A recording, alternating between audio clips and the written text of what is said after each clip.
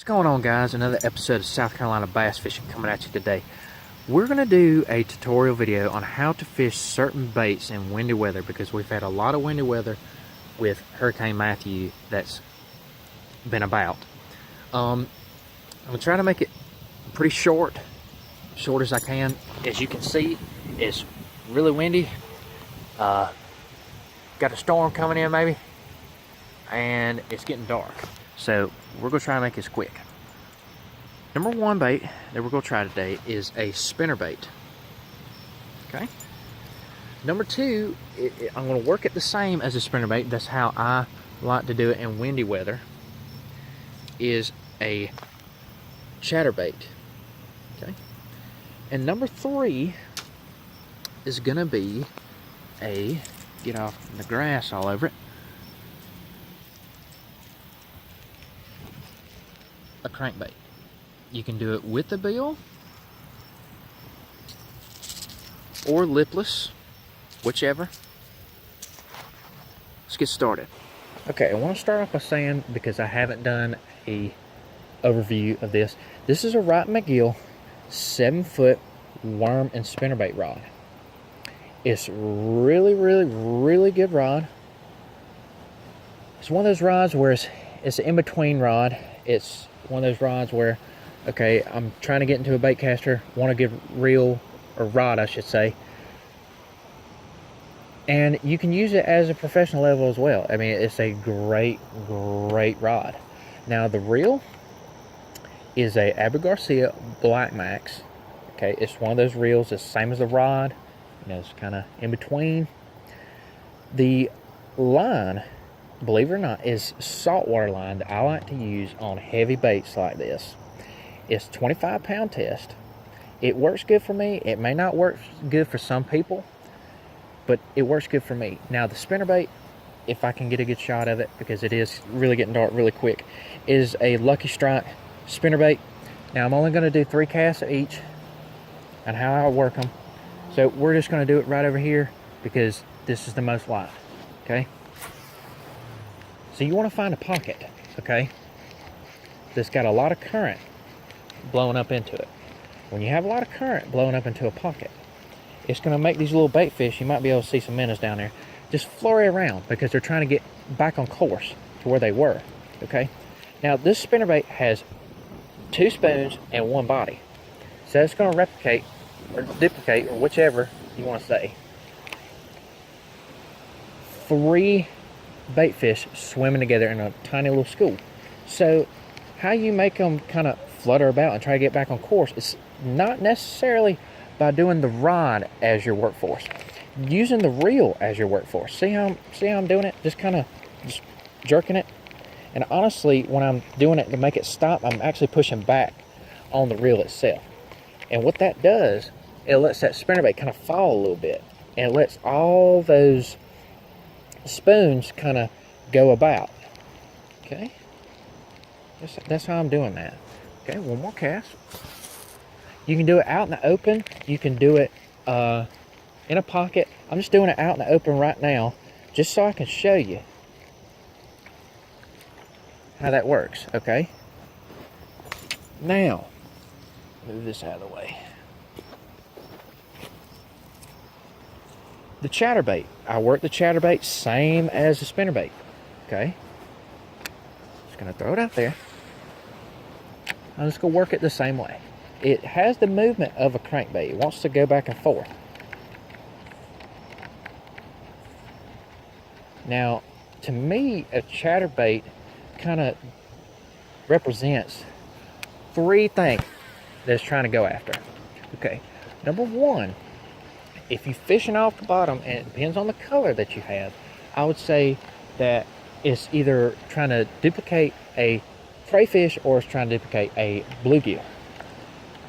It's kind of scurrying about. Now the noise, I would say, is more duplicating a crayfish. Okay. Number 2, it's duplicating a tiny school, 2 fish. It's got a plate and it's got a body. Probably do just a couple more casts so I can explain. Trying to go about. Now the third one, it makes sense to me, it may not to some people. If you have a drop shot weight on, let's say, a Senko or anything like that, that weight, when it goes down and that bait coming down after it, it kind of looks like a little fish or something trying to go after a smaller animal or a bug or something like that and trying to eat it, okay? This is kind of the same way, I would say. The plate is in the front and there's a body in the back. The plate has a lot of, you know, shine to it, and the body, it may or may not. So it's just the body, I would say, is a bigger fish or whatever it is, and then the plate itself is maybe just like a smaller fish, could be like a little bug, and the body itself is trying to chase this. It just depends, you know, we don't know what the fish are seeing. That's just my opinion.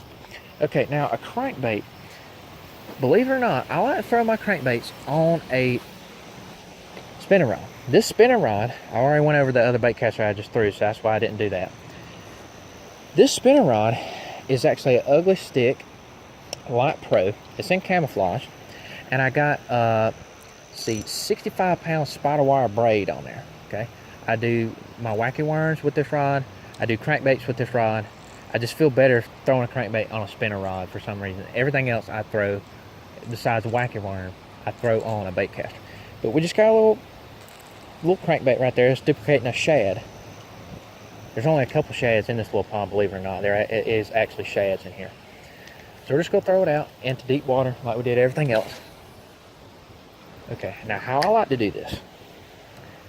This crankbait is not gonna sink, it's gonna float.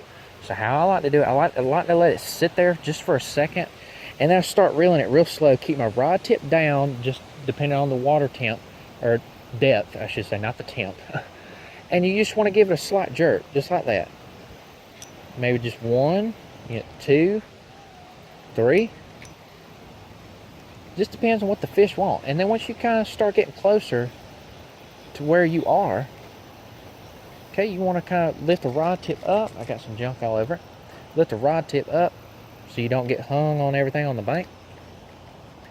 And then maybe do it a different direction so you can still work this bank or work that bank, whichever direction you're fishing from. Throw it out there again. Okay, so we're going to do the same thing here.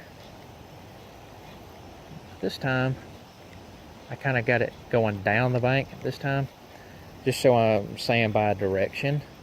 I got it in a direction that's easiest for me to throw it.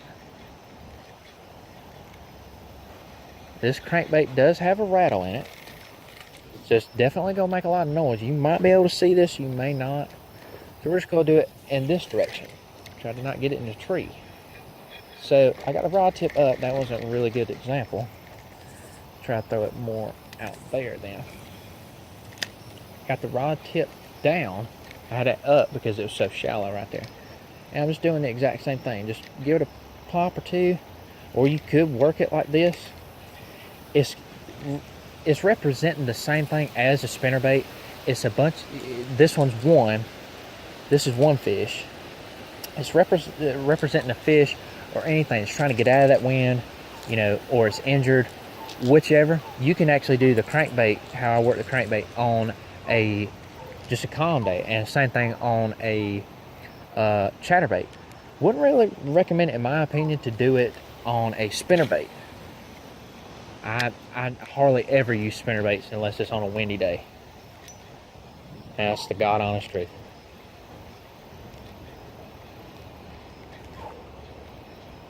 They just want a fish right there to jump. They want another one.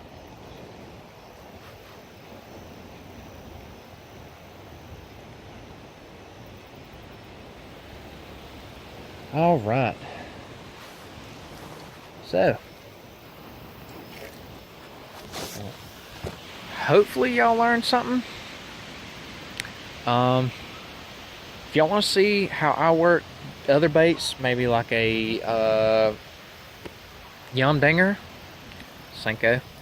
Let's see. anything else really, I mean, lizards, anything, drop a comment below and I'll do my best to show y'all how I work it. It may not work for y'all, but I know it works for me. So I think I'm gonna wrap it up here. It looks like the storm's about to come in. It's looking a little bit better than what it did, and it's getting dark. So I will catch y'all later on another episode of South Carolina Bass Fishing, and y'all take care.